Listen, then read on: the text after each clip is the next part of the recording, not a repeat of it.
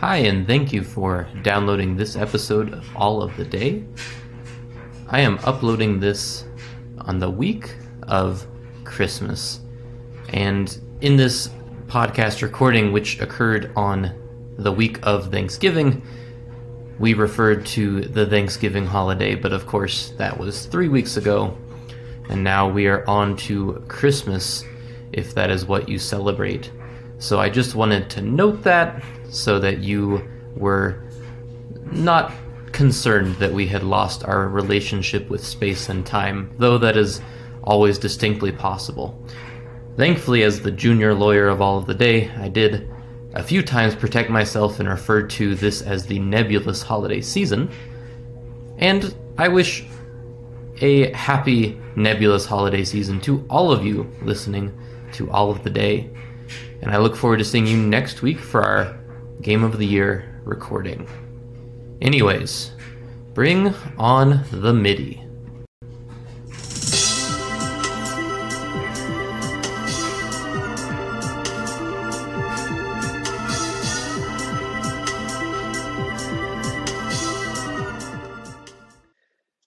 Good evening and welcome to the Grown-Ups Table. This is All of the Day After Dark. I am here with a very special Thanksgiving episode, as in it's being recorded on Thanksgiving Eve, and I am joined here 6 feet and several miles apart from the one man Nintendo Direct, Derek. Hey!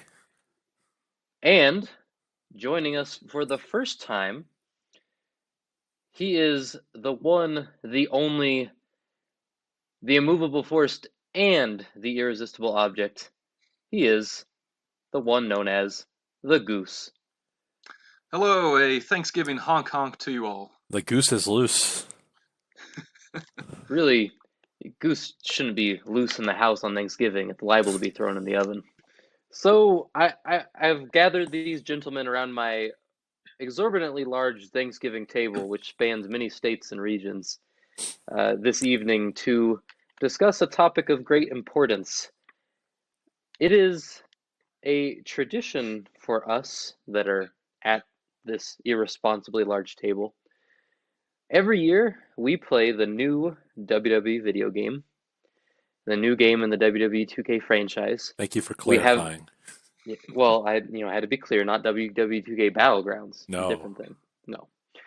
We play the new release every year around this time of year, and we have a tournament, a Thanksgiving-themed tournament called the Golden Cornucopia. It's very silly, but it is a beloved tradition. And this year, the tradition had to be put to a hold because the series itself has been put to a hold for a variety of reasons that we'll almost assuredly discuss here shortly.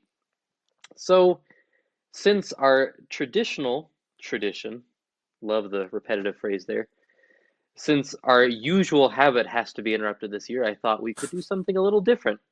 And so I gathered these gentlemen around the table with the finest food from my kitchen, a jar of peanuts, and one single bottle of Christmas ale. And I want to discuss in great detail how these games have disappointed and failed us over the years, and how the things they could do if they were to return, let's say, next year, to make a market improvement for the franchise going forward. Not hard. Because it's worth noting that as the tournament has gone on in years, as it's gotten older, it started out to be extremely fun because the game was fun and the camaraderie was fun, and then in recent years, the game part has really not held up its end of the bargain. So And neither has the camaraderie. No, the camaraderie really has taken a hit too, but we can't fix that. We can only try and drink through it. So, with all that being said, that's just a lot of pretense to say we are going to take this game, this series, we're going to rip it apart and put it together. The same way that you make your Thanksgiving turkey, I assume. You rip it all into shreds and then you piece it back together into something delicious. I mean, that's how I make my turkey. I don't know about you, Derek, but I don't make turkey. No. Nah. That's Yeah, the you're more of a wife's work. Cornish hen man. Yeah. Yeah. I'm all about the hens, boy. So here's how this format's going to work a little bit. We're going to start with, going to treat this in a, festive sense. Like a good Thanksgiving meal, we're going to have some appetizers, which will be some small nitpicks, I would say, that we have about these games. It'll be a little more free-flowing. And then to close it with the main course, like the Cornish hen that sits on Derek's Thanksgiving table, will be the major changes we'd like to see. And we've each come up with 3 things that we'd really like to see adjusted going forward. So, gentlemen, are you prepared to dig in? Yes. I'm hungry. I'm ready to go. All right. Well, again, all I've got is this jar of peanuts, so I hope you have a meager appetite and a lot of water.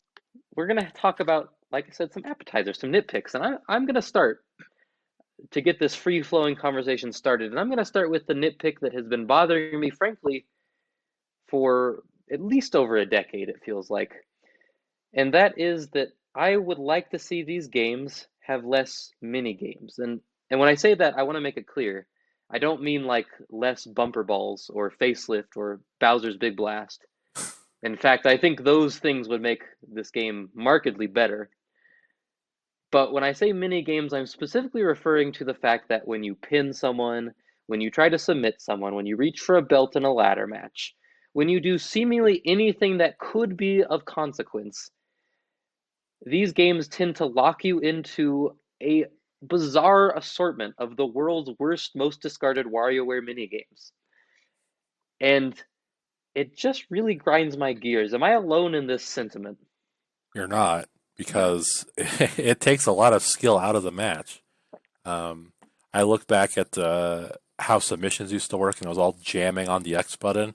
Like, if you're just good at mashing, it doesn't matter like how thoroughly you beat someone. Like, you can get them to tap out or whatever. Well, I don't even think the mashing was whatever. I can understand why they've gone away from mashing, but since then they've replaced it with, to me, I feel like I've seen at least 3 iterations of the submission system. I remember at one point they named it after that pay-per-view Breaking Point. Yes. And they had the Breaking Point system, and now they have this weird system. It's like you're picking a lock and you've got this little circle going around, and I can't even explain it because it's just such an odd system. And what really bothers me is, I guess not so much that these systems exist, it's just that there's so many of them, and it's so hard to juggle them, and it just makes a lot of these things that should be satisfying very unpleasant. Like, I think ladder matches are a good example. Yeah. If you think about No Mercy, which will be referenced way too many times throughout this, when you think back to that game, when you reach for the belt in that game, your character reaches for it, they grab it, and you have to jam on a button to eventually bring it down. There's no mini game, you're just pressing the button.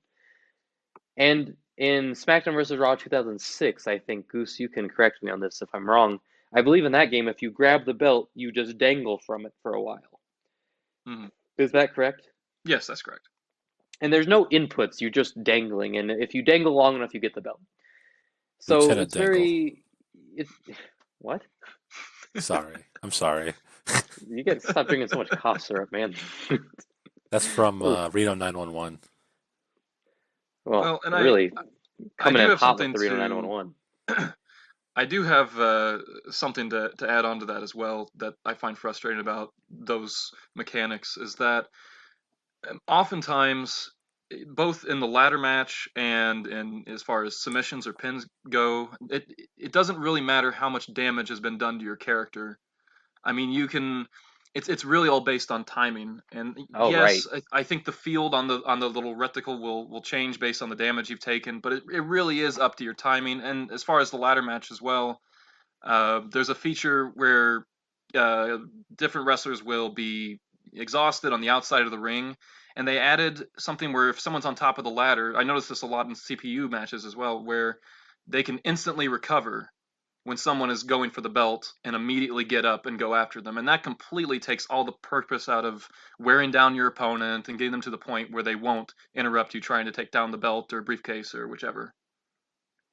it's clunky. It's like, Yeah. how many times have we, you and I have played these games a lot over the years. Hmm. Um, and I can count on my hand at least, not one hand. I would need more than one hand for this. Dozens of times where we have had a match that was very short end in a submission because one of us just could not figure out how to get out of it because it's just such a clunky system. You could have Yeah. taken one hit and be down. Now, that doesn't happen very often, but I mean, it should never happen. It's not excusable. It's not fun. It doesn't add to the game. And with the ladder matches, I mean, that's a thing where if you're bad at that mini game, you could be destroying and dominating the match, all the way through. But if you can't figure out that mini game, it's going to stall you for a good amount of time. And you know, I mean, you don't want the belt to just come right down because that's going to take some of the suspense out of it. And I know they've done that in some games where it just immediately comes down, and that's no good either. But I don't think the solution is to have something that could take as much as, 5 minutes or something. It's not 5 minutes, but it feels like a long time. Sometimes they're up there. And not everybody should pull the belt down like Jack Swagger. It should be a little bit quicker. Yeah. Well, alternatively to that as well is I've noticed when you add more people into the ladder match. For example, if you're doing a Money in the Bank style ladder match, those can last upwards to 40 minutes with all the different moving parts and with that mini game that takes so long to get through, and a lot of time you have people constantly trying to knock Right. over the ladder and interrupt, Yeah, and and it has the inverse effect that one on one would. and you can have 8 people in those matches now, right? Yes, I believe so. Yeah, so I mean, that's even worse. So Hmm. you mentioned it. I think this might be a good place to kind of transition because there's really only so much you can say about these crummy mini games. You mentioned the rolling out mechanic, which is if you haven't played a game in recent years, they added a mechanic to multi-man matches where if you are hit by a move, um, you might occasionally forcibly roll out of the ring, which is, I think, a divisive feature. How do you feel about that, Goose? I see both sides of it. I think especially in the multi-man matches, it's not only adds to the realism of the presentation. I mean, very rarely in matches like that do you see everybody in the ring at the exact same time, and I think that does kind of complicate the gameplay a little bit. However, I think maybe it shouldn't be quite so difficult to recover. I think it should be more damage based. It seems like you're pretty much put on a timer from the time that you roll Right, out, and there's right. not really a lot of variation between when it happens in the match or how much damage you've taken at that point or how much you've No, worn right. down the opponent. Because you can So roll out pretty early in the match. I mean, it's yeah, not so like, I think within the first minute or so you'll start to yeah, see that and in the multi-man even matches. if it's a 20-minute match, you're still taking the same amount of time to get up, Hmm. regardless. So it's a pacing issue. I'm kind of in the position where I think it's important for matches like Money in the Banks, especially because those matches could go on forever in some of those old games because everybody's just getting up constantly. But at the same time, they also have a ability when you are knocked out of the ring. I believe you press a button and it'll let you recover early for some amount of setback, but I've never really felt like the setback was of that great of consequence to the point that it felt like you could still get up pretty quickly and still make these matches drag out. So, I don't know. I think it's an idea that's half baked and it could use some tweaking at least. Yeah, I like the intention behind it. I think it really helps as far as pacing and again adding and a little bit of realistic presentation to it, but it's certainly not perfected quite yet. I kind of like that it adds a different kind of strategy to it. Because usually you can only use it like once or twice a match, I feel like. So you kind of have to pick and choose your spots. You can't just What's like, that? The rollout? yeah, No, it happens the whole match, I don't think that's constantly. true. I mean, I don't think there is a limit. I don't believe there's a limit. I There think what used there to should be. be, well, I think there used to be. I know what you're referring to in the kind of early 2010s SVR games, I think. But Oh, Lord. I think what would Oh, yes, you're referring to rolling out of the ring rolling by out as an choice. ability. Yeah. Yes. Yes, this is different. This is when the game makes you roll out Oh, I Yes. see. I because see. you've incurred But damage. This is I a think 2K he thing. I think he touched on something that makes a lot of sense though, is that they should limit the amount of times that you can instantly recover to get back in. I think that would also help, as far as the people just constantly jumping in and interrupting any sort of, Right. pin You or, know, or attempt to win the match. right, because then there could be some strategic element, because if you're rolling out early in the match, maybe you don't feel the need to press that and you're having to bank it. Or, maybe you use it early and then you have to suffer the consequences later in the match. Exactly. I just think the current setup is, you know, I'll give them credit for having a good idea, because this was an idea that for me was a long time in the making to make it more like the actual product, but they just need to work on it. And I think they have a tendency to come up with good ideas and then not do anything to them. And then you end up with like really good ideas with terrible execution, like this. So, Derek, you Yes. haven't really brought any appetizers to the table. I don't see any mac and cheese or green bean casserole on your side of the table. So, would you like to present anything that you would say is a nitpick, perhaps? Yeah. I think the way they handle DLC is ridiculous. Well, you did I add that to the doc. Yes, I did. My reasoning for this is that it's usually some mid carder that's not worth paying for. It's like, here you can, if you pay $20 for our season pass, you can download Jey Uso day one. Like, who cares? Um, so I feel like if you're going to go a Rikishi DLC, cares. well, sure, but if you're gonna if you're gonna charge people for DLC, you should make it like something worthwhile. And to touch on that, in the past, when they add some characters via DLC or even in the base game, their character models are terrible, just awful. Like I don't remember what year it was, but like I always think of like Mick Foley looking like I just a knew you were going to homeless say that. bum, or Diamond Dallas Page with like this awful hair. Like if you're going to put something out for consumption, it should meet a certain quality standard. And just putting out something that is inferior to what I can create in the create a wrestler system is a waste of money. It's it's a bad idea. Like instead of charging, like we're working on DLC, why don't you make your roster good? You know what I mean? Yeah, I'm going to touch on some of this a little bit later, I think. But I'm with you that I've always, and Goose, you've actually bought some DLC, so I'll let you speak to this, but I've certainly never been compelled over the years to engage in the extra content, because it's well, one, it's obviously pre-planned, so it's obviously made well in advance of releasing. So it's never really that timely, it's never really that exciting. It's usually like some very tertiary roster members like you mentioned. Or But when Dusty Rose and Roddy Piper died, they were part of the DLC. right, Very you classy. know, and they of course would say that that was planned well in advance, and that's, up to you whether you believe them or not. I don't. But Goose, you have bought some DLC. What are your thoughts on their typical DLC arrangement?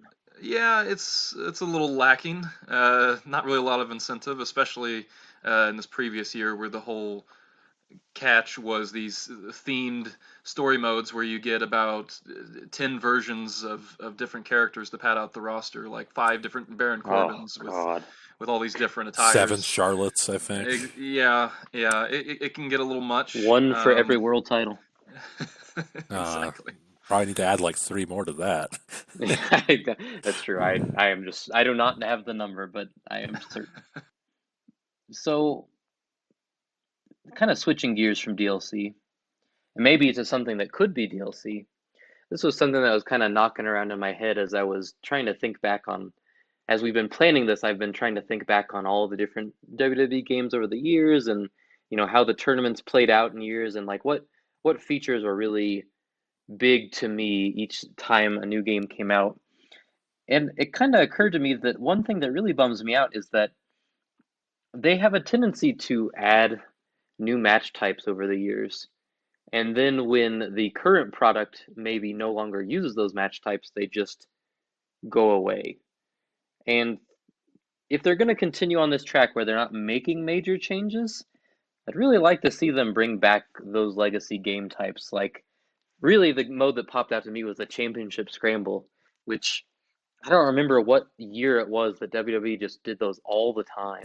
It's 2009, I think. It was whenever Mike Yeah, Adamle it's was in somewhere around charge. there. It was. Somewhere I mean, 08, 09. those matches were, odd, but they were fun. I enjoyed them, They brought and us they had. the world champion Brian Kendrick That's right. JPG. So, They did, and I always enjoyed them, watching them. And then when they brought it to the game, I was excited. And I'll admit it wasn't the most smooth game type because it ended up really favoring the people who entered first because it was really hard to pin anybody after more than two people were in the ring. But it was, I mean, it's a really easy game mode to implement, and it was just kind of a bummer that once WWE stopped doing those, they just got rid of them. And I know that the is it buried alive matches have been removed for several years, and even though those weren't my favorite matches, I just really don't see a reason to get rid of them. I just think in a game like this, the more options is is just going to be better all around. well, if there's a company that's always talking about how great their history is, it's WWE. So removing historical match types makes no sense. Hmm. Are there any others I'm missing? I know Scramble, the Buried Alive. Maybe the Inferno match, I think, is no longer They in there probably ever got rid of since that. I mean, they got Slobber to knocker. fulfill your fantasy. Oh Fighter yeah, Fantasy. Rob Yes. Haney's I don't match, man. I don't think that'll come back. No, probably not. Yeah, probably for the best. What was the? Gosh, there's one match type. Do they still have the? And this one's really niche, but I know we really liked it. The triple threat tag match hardcore rules, That's a where good you could have question. I'm three not tag teams in a hardcore match. Those were one as of like our a tornado favorites. tag. They might still Hmm. be in there. I could It's be been, wrong. I don't know. I feel like what happened is every year when I would prepare this tournament and I would like think up match types, there'd be at least one match that I'd plan, and then I'd realize, wait a minute, I can't do this anymore. I've been doing this type of match for years, and all of a sudden it's been totally excised. So I mean, that's a pretty minor nitpick, but I really just don't see, like, to me, the real appeal of these games is the seemingly infinite toy chest, for lack of a better word. Sure. And I think You know, customization of matches as well. I think that's something that they've really oh limited in the my past couple of gosh. years, as far as the Yeah, different ways that you can change the rules and adjust them to right. fit whatever settings you like. And I that's think such a they've cool feature that they it added, but they is. just didn't do anything for No, Well, they've because really it would dialed take it back. effort. it. Like Like, if you you, should be able to have a ladder match in a cage. I mean, why it would. expand on features when you could just do nothing and people will still buy the game? Well, sure, You and make a they've great added point. all these. They've added all these brawl arenas, they call them, with all these unique environments, and yet they're very limited on what you can do. It's basically just knock your opponent out. There's no way to make it pinfall or submission or anything like that, or adjust the settings. It's just pretty Right. standard, just punch and kick stuff. Yeah, and it would be so easy. I mean, the N64 wrestling games had pretty limited but still capable rule adjustments. You can make, I mean, you could, if you want to do a 40-man rumble that was only decided by pinfall and submission. That would take forever, and I really wouldn't recommend it, but you sure could. But, there's not even any possibility to do something like that. It's like they give you the idea that you have all this creative control, but they put enough restrictions on it that it feels like you actually don't have much say in anything at all, in a weird way. Well, you don't want to be given too much fun with your video game. Well, yeah, I mean, they are selling a yearly game, which I'll talk about a little bit later. So to some extent, I do understand why they would maybe not try and just make a super awesome game that's just perfect, but that's not what this is about. This is not about business. I do not care about their bottom line. This is about No. making a better game. Yeah. So some other things I was kind of noodling on. I feel like this is just going to be a bit of an elephant in the room. I know for different reasons for each of Samoa us. Joe? Bum, ba-da-da, bum, bum. Here he is. Oh, But Bar's Special back. guest. oh, don't slip on that. I might accidentally pin you. Oh, poor guy. Sorry, you can go back to your introduction there. I had to. No, it's okay. It's always good to talk about Samoa Joe because he doesn't get talked about enough. Shame. But a big divisive thing in these games is the reversals. And there's a few different avenues you could take with this. So there's the reversal stock, which is a feature they added several years ago, Bad where you feature. have, well, it's very poorly executed, if nothing else. It is a limit to how many times you can reverse, and it refills. So I think it starts with like six or something, and then eventually, as you fight more, you'll get some of those reversals back. But it puts a limit on how much you can reverse, and I think also when you talk about reversals, there's some nitpicks to be had with the timing, the windows that they provide, and you know, I really feel like in general the reversals just are a problem. And I think we all have different problems with them. So I'll start with mine. My problem has been that a lot of the reversals are way too easy to pull off, Oh to the yeah. point where they had to implement this reversal stock system. Well, But I yeah. hate the reversal stock system. The 5-star frog splash was infamously like you could not hit it. You cannot hit flying moves because they're so hard to hit. And like when we played SmackDown versus Raw 2006, years and years ago, it would be almost impossible for either one of us to land a normal strike on one another. It was just, there was no point. You had to do so much to get even the slightest bit of offense in on your opponent. So I just think the timing is bad. And I also think sometimes the timing for grapples, like, because eventually they added the ability to reverse mid grapple. But they chose, in my mind, seemingly random points for those reversal windows. So it's very hard to determine when you can actually pull the reversal. So it's a weird thing where the reversals are both too easy to pull off, but also in some spots incredibly difficult to pull off. And on top of that, they're super limited, which makes the whole thing kind of a bummer. How do you all feel about these reversals? To be honest, I kind of like the SVR06 system quite well. While they're easy to pull off, I feel like the matches are exciting. Like when someone wins, it feels like they actually earned it. Mm-hmm. In later games with the reversal stocks, it's like, so I'm going to let people wail on me because they're not using higher powered moves or save And it for later. Right. and there's reasons why that in those games specifically, more than any other wrestling games ever, letting people wail on you is like the absolute worst thing you could do. Well, yeah, Like it is because your counter meter recharges more slowly too when you're being wailed on. right. So It is such a weird system, and you just feel so helpless when it runs out. Like Sure. there's literally nothing you can do. right, you're just like watching some guy repeatedly pound you or suplex you. It's just not fun. Right. I think something that would greatly improve reversals in the game would be maybe instead, and again, stock. Again, here's the problem that I have with 2K a lot of times is they always have the best of intentions. It seems like with these things, it's like it's a good idea that's just executed poorly. I think that something that might improve the system, because certainly Derek is an excellent reversal master in these games, and I think maybe what would help improve them is that the window for reversal maybe gets a little bit trickier the more damage you take, or maybe the lower your stamina is. Something Agreed. like that would make it a little Yeah. more variable. Yeah. And I think my favorite reversal system ever is not SVR06. Again, I'm gonna reference it several times, is WWF No Mercy. I feel like in those games the reversal window was understood, like I understood when it was, but it was still tricky enough to pull off that when you did reverse a strike or you reversed a grapple especially, it was like a big deal. And it And changes based on momentum too. well, we will absolutely get to that. That is a huge deal. But I mean, it was like I remember times where I'd reverse something and it was like a total game changer, and you just never, like, you never saw it coming. But in these games, a lot of times it's like just a given. Like, I mean, I've had several matches with Goose where we've been having finishers charged and ready to use them, but we just know the other person's going to reverse it because when your opponent's going to try and pop a finisher.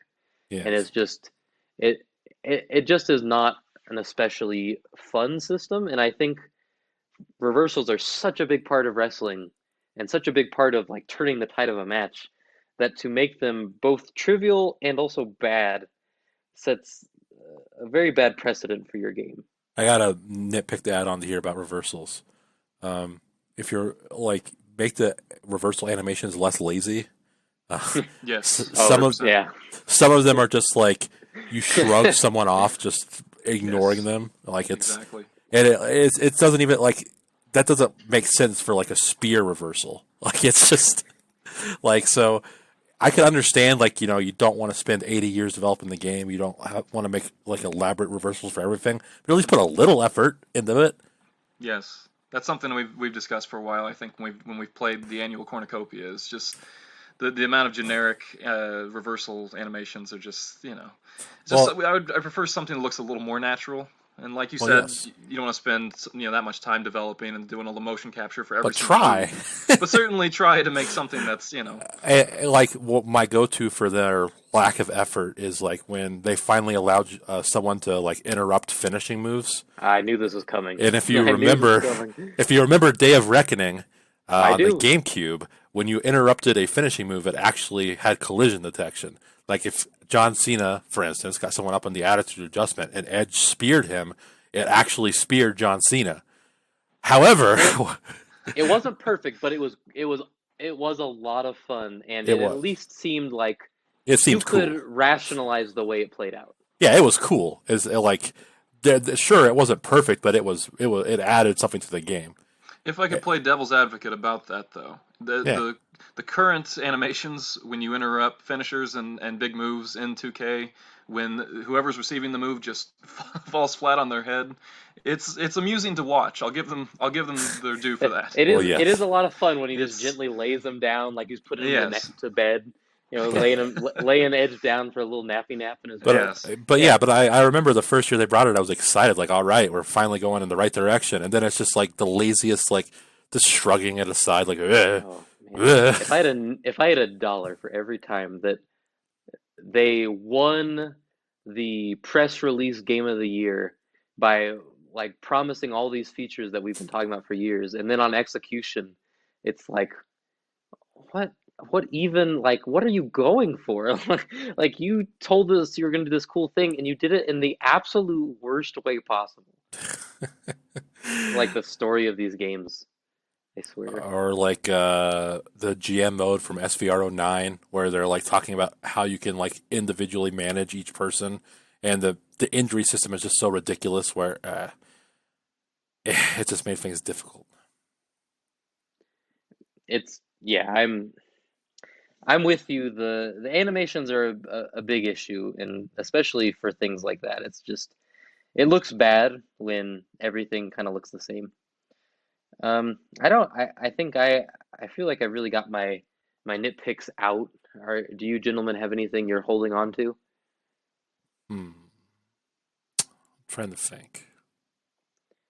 I mean, just really quickly, I hate the pin system so much. Like, so desperately need to change the way that pins work, as well as Uh, submissions, as we I mentioned don't. earlier. I don't like that you can't target referees anymore. yes, that's another good one. That's a 'Cause- perfectly valid heel tactic. exactly, yes. Right. Yeah, and the way you have to hit them now is so awkward. You have to like run into them, I have a which point about how matches themselves play out, but I think I might want to expand that into one of my bigger points instead of a nitpick. okay. That I think if you're, I don't know if we're thinking the same thing, but definitely how matches play out is a big issue in my mind. Yeah. Um, so if we don't have any more nitpicks, because I have one on here that they actually did fix, and it's just fun to mention. For years, there was something we called the chamber glitch, and it was actually spotted by Derek over the course of a few years. It was a glitch that only happened in elimination chambers, where the way that people were placed in the pods, you could tell immediately who was coming out third, fourth, fifth, and sixth. So it And it ruined the took random all of order. the drama out of those games. And it was something that we called it a glitch because, when those matches debuted in SmackDown vs. Raw 2006, it was perfectly random. And I think for a few years afterwards, it was perfectly random. And then all of a sudden, for several years, it was just like you put random on for these people. And then the match would start, and you go, oh, he's next, he's next, he's next, he's next. And it just makes, like, part of that match, what makes that match fun is that surprise. Well, So, yeah, that was the first thing I would test every year I got a new SVR. or WWE 2K. It was like, is the glitch still in? And it finally got removed when they redid the entire chamber. Yes, they finally did fix it. So we do Kind have to of. give some credit They where kind of it's fixed due. it. Well, what did they not fix? They revamped the entire mode. Like they gave it a new chamber, so they just like reprogrammed everything. Like they didn't really Right. So fix anything. Yeah, they only fixed it because they just were like, well, how many years do you think that code just sat unaltered? Well, so many, because I have certainly brought it to their attention every year, and they certainly didn't care about it. Well, it's a minor nitpick, but you can maybe I'm just over observant, but you can tell throughout the remainder of the Xbox 360, PS3 era of those games, when the glitch still exists, that they literally just copy and pasted the ring, the actual ring itself, and the Oh, chamber that's right. match is from SmackDown vs. Raw 2011. So Oh, that's Thank you true. for catching just a that. minor nitpick, but you know. No, that's a big that. That's a And big one. okay, all right, that actually brings up another nitpick. And I said we're almost out of them, but God, every time you say something, I think of 10 other things. So, freaking the fact that every time you do a chamber match, it has to be at a certain event, right? Like you Yeah. can't choose Oh, what yes. arena that an elimination chamber happens in. No, it's just elimination. Same with the Royal chambers Rumble. and the Rumbles, And the and it's still Rumble, that right? way. Yeah. And if you are offering universe mode, especially, is built on the idea that you can create your own wrestling universe. Like you can change the shows, you can change the pay-per-views, but if you put a Royal Rumble on one of those shows, you can be darn sure that that match is going to happen in the Royal Rumble ring. And that is just so preposterous. Like that should not be tied to that at all. There's no reason for it. I'm pretty sure for a long time, Money in the Bank was tied to WrestleMania too. Well, and when the Extreme Rules match, one of their best match types they ever added, when it was first added, you could only do that at ECW. Yes, I remember that. And I that was was like not that happy was about the defining match of that year, and you I could forgot only about do that. it on the C show, and it was Yes, I was so not happy because I love that no match type. right. And so we played a lot of our matches on ECW, but it wasn't by choice. It's just man, it's just such a weird thing. Like and I wonder how many of these things come from up top, Yeah. where it's not the publisher, but rather WWE itself is going, well, the Royal Rumble only happens at the Rumble. But at some point, somebody in development or publishing has to be like, listen, you're right. It only happens at the Rumble. But we are making a video game, and this is what people want. And they're not going to be confused because they played a Rumble at Saturday night's main event. It's not going to confuse them. But, I thought of another nitpick. yeah. So when you're fighting the AI, like let's say you're Yes. on Monday Night Raw, and let's say it's Roman Reigns against, I don't know, Zack Ryder. I don't know who's like a bumbling mid-carder these days, but let's just say Zack Ryder. And Roman Reigns hits a spear. In real life, this is a 3 count. But when you're playing the AI, one finisher is like never enough, no matter what venue you're at, and it's so obnoxious. This will come into play. Yes, this is something I was also wanting to touch on. This will come into one of the big things I have to talk about. But yes. really quickly, I thought of another nitpick while you're talking about that. Because it's like the Thanksgiving meal that never ends. It's like my Thanksgiving meal because I'm cooking for 2 people this year. Here comes the 3-bean salad. Whoa! I'm gonna have turkey for 10 days. That's 14 pounds of turkey for 2 people. But anyways, one thing that I really like that they added is they added in the ability to have more random story type events happen during exhibition and universe. And I always liked that because it added a little bit of what they would say, if you're talking about like an open world game, emergent storytelling, where it's like an example, my favorite memory, or not my favorite, but one of my favorites from our tournaments past. Goose, you will remember this one pretty well. It was the first one we did after I moved. It was a first round match, and it was Sackboy versus the Predator. And this was an unbelievable squash. I mean, Predator tossed Sackboy around like a sock puppet. And if nobody caught that joke, Sackboy is a sock puppet. Thank you. You're welcome. I just know that nobody here is as big of a Sackboy fan as I am, so I gotta make sure I More like inform suck everybody. boy. Am I right? No, you're wrong. But anyways, this match was a huge squash, and it was hilarious. Like, Sackboy was like the ultimate underdog. I remember his entrance; he just got everybody so fired up, and then Predator just like destroyed him. And then after the match, it was an exhibition match, but after the match, for no reason, Rusev of all people came out on the entrance ramp, and he came down to the ring, and he beat up Predator. He put him in his submission finisher. He humbled him, and the Predator tapped. The Predator, who had just buried Sackboy in like a minute flat, was was immediately submitting to Rusev. And then Rusev got up and he did that taunt where he makes a noise where he's like, "Roar!"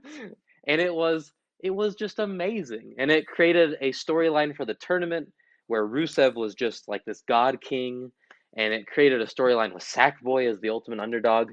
It was so fun. But Now, if those I moments are so rare. They're so rare. if I can just throw in, just so I'm not being completely negative here, I would like Hmm. to add that taunts where the characters make noise is a wonderful addition that I'm It very is appreciative of. it is perhaps the greatest addition they've ever made, because I Yes. can say for sure, of all things we said, a lot of things were done poorly. That was done perfectly. So having those noise taunts like Rusev had were great, but those scripted moments, those are great too. They just don't. It's like they have a random number generator in the back, and it goes through digits 1 through 100, but then it only does a fun storyline scene if it gets a 1. Like it's a 1 out of 100 chance you're actually going to get something. And I don't know, we play a lot of exhibition matches, and I can think of like 2 or 3 moments that we've had those. And those all are just amazing. I mean, it just, I can see someone who's maybe more competitive. I can't imagine being competitive with these games, but I know people are, and I imagine maybe they are not too keen on that idea of having that happen.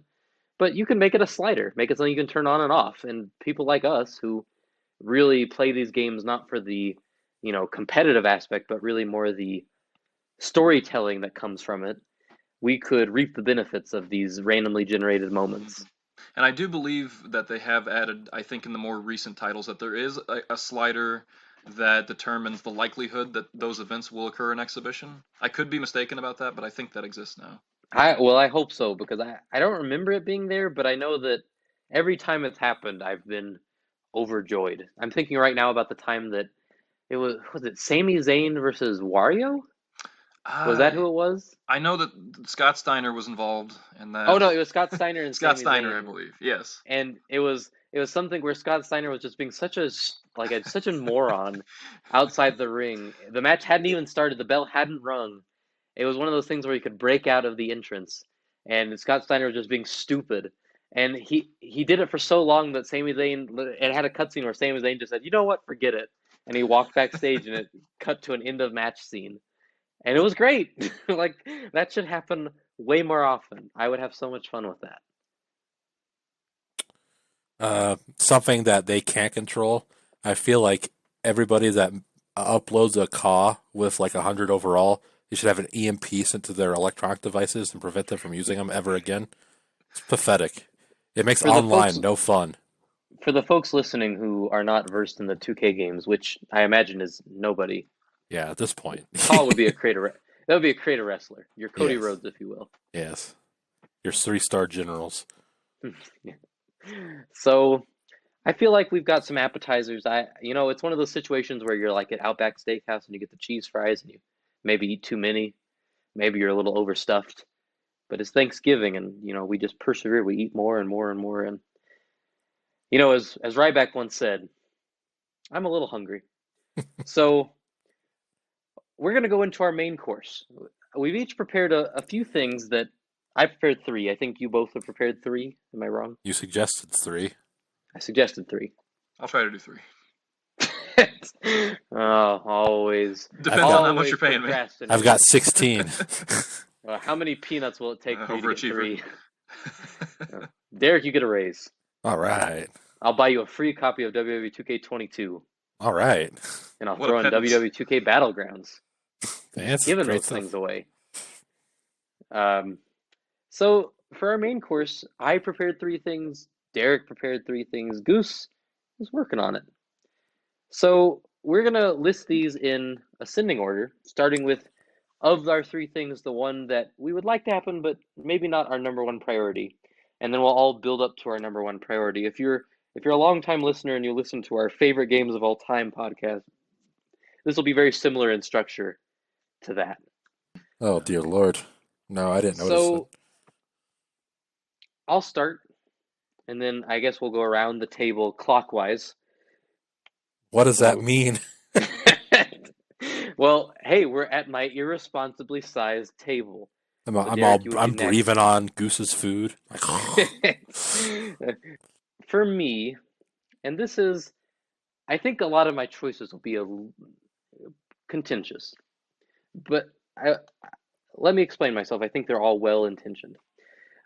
I think for me, something that would really make these games much better would be if they would adhere to a stricter roster limit. And so my pretense for this would be that if I look back at SmackDown vs. Raw 2006, I think I looked at it the other day, it was about 70 some superstars, men, women, legends. And it was a pretty good sized roster. I remember at the time being really impressed. I mean, compared to Day of Reckoning on the GameCube, it was massive. Like that game had 4 legends and 2006 had, 10 plus. It was a really great roster, and I really felt like every single person on the roster was really well made. I remember being very impressed with the way the game looked because all the characters to me looked like they looked in real life. And I think if you go back and play those games, I mean, obviously in terms of resolution, they don't look amazing, but I think the designs hold up. Like I think John Cena looks like John Cena. The Right. models I still think look Christian good. still looks like Christian. Like all these superstars, isn't it something that Christian was my second one? Still looks like a champion. My second mention.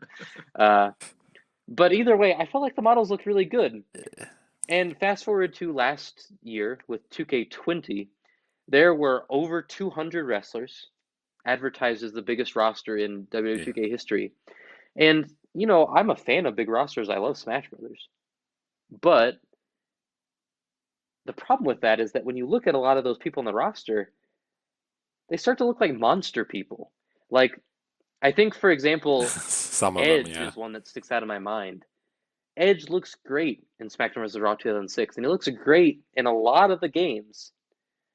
But in 2K20, he has this face that looks a little bit like Lurch and The Undertaker had a child. And it's not, I think what it comes from is that in a lot of cases, I think visual concepts in 2K come at this game from a sports perspective, and they come at it from a NBA 2K perspective. And in NBA 2K, there's hundreds of NBA players, but you only really need to make sure like 20 of them actually look really good. Like you need to make sure LeBron looks great. You need to make sure Anthony Davis looks on point. You need to make sure that Kyrie Irving looks like an idiot. We don't know what basketball is. These are basketball players. Yeah. Those people need to look great, but your lesser players, your Utah Jazz players, if you will, it doesn't matter what they look like. Nobody's going to really bat an eye at that. But wrestling, I mean, there's countless hours of wrestling content a week, just within the WWE. And a huge part of every single performer is the way they look. And so when they look a little bit off, it's really detrimental. And with 200 wrestlers, so many of them look off. And it's hard not to be distracted by it. Well, I think part of that is like they want to put wrestlers in, but they can't get everyone in for face scanning. And that's how they make their new wrestlers these days. So if someone's not face scanned, they look awful. Well, yes, I know that's true, and that was, I think 2K15 was the game where they implemented the face scanning, and that was a game where you could really tell who spent time at 2K and who did not. Yeah. I think was it Like Right. Cesaro Was it looks Vince awesome, McMahon? and then Was that the year that Vince looked like a bloated pufferfish? Yes, in the season mode. yeah, I'm not gonna sit down for these cameras, damn it! yeah, I remember that. I kind of don't Okay. agree with you. I look at this like remember Dragon Ball Z Of Budokai course I do. I Tenkaichi 3, referenced it just 3 days where ago. the roster is just Yeah. crazy bloated. You know, everyone But kind they- of plays but the they- same, but they look the you can same. have, right. What I'm saying though is like I want large rosters, but I want everyone there to Right. look Well, good. I don't. Like, But do you I don't think want. that's possible? I mean, I think you think about how much I do. development Yes. costs are rising. Do you think they're really going to spend, Yeah. realistically, do you really think they're going to spend the time to make 200 wrestlers? Like, I mean, sure, they're going to make Seth Rollins look decent. No, but I'm saying like if they're going to go for 200, I don't have a problem with it as long as it looks good. I say like you should shoot for as many as possible. But if you can't get someone in for scanning, But they just is don't it make the possible roster. to do that? I mean, there's so many wrestlers, there's so many new stars every year that they're going to have to add in. I just feel it like at some point, if you release games in this way that they're doing, you're just not going to be able to do 200 superstars and make them all up to code. Well, yeah, but you have like they don't update like models every year, so you don't need like 200 new models because they're not going to do that. Like just take the 2K20 ones that look Well, good but and they're then still make some new well, if ones. that's the case, then they're just not doing anything because some of their stars are You don't. still look great, and then Well, I'd rather them import good looking models and use like shitty Edge or like Rabid McFoley. yeah. I mean, I think you're being idealistic. I think yes, I think it's great to have that many superstars in there because then that means you have a lot of legends, which is always a lot of fun. It means you have a lot of the young people from NXT, and I think that's probably really great for them as well as some of their fans. But I think realistically, the way they've been doing things, for them specifically, if they continue on their development habits, the best thing they could do would be to trim the fat to the essentials and then, a few, some fun extras. Make it, I'm not saying 70. 70 is pretty small for the WWE the way it is now, but somewhere in the low hundreds and just make them all look a little bit better so you have more of a quality over quantity with your roster. That's fair. Agreed. So that's one of my big things. I know it's divisive because I know every wrestler has that one devoted fan. Somebody likes No Way Jose.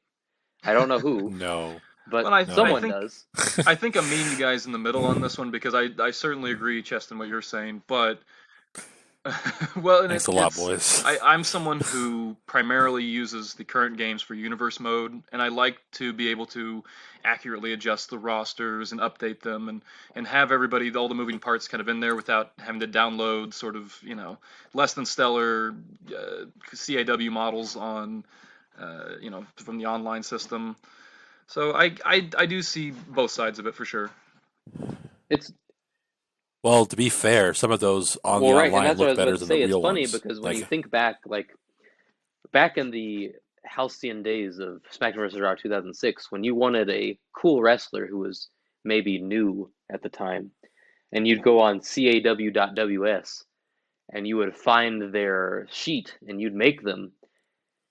You'd also see sheets for stars who were already in the game, and I remember seeing like Shawn Michaels, and it would be a wrestler, created wrestler of him, and I'd be like, why would you?